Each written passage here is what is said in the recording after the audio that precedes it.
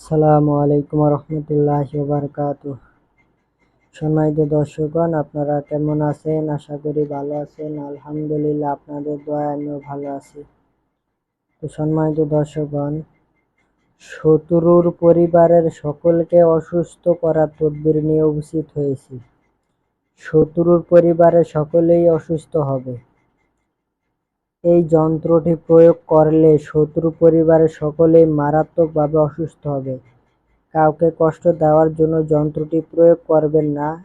এটি খুবই শক্তিশালী একটি যন্ত্র। যন্ত্রটি হলো এই।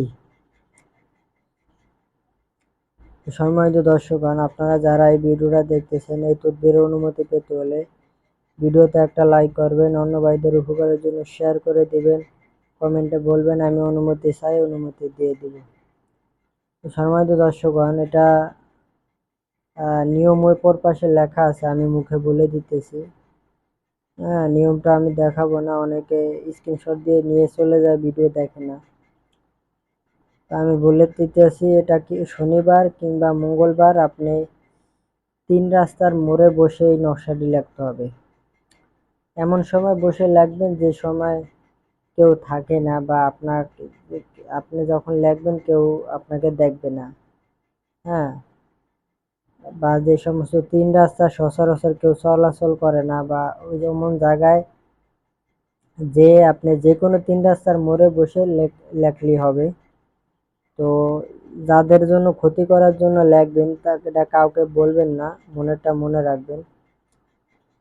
জাফরান কালি দিয়ে শনিবার অথবা মঙ্গলবার বোসপাতার উপরে, বাজার থেকে বোসপাতা কিনে আনবেন।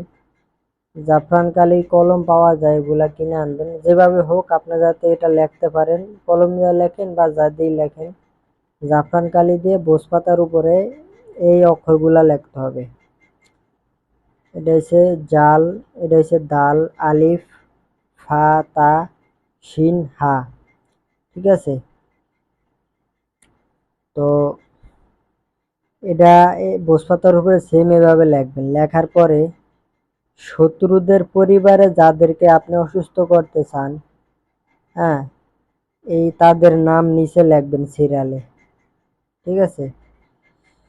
শত্রু ঘরে সকলের নাম সিরিয়ালে লিখবেন নকশার নিচে। লেখার পরে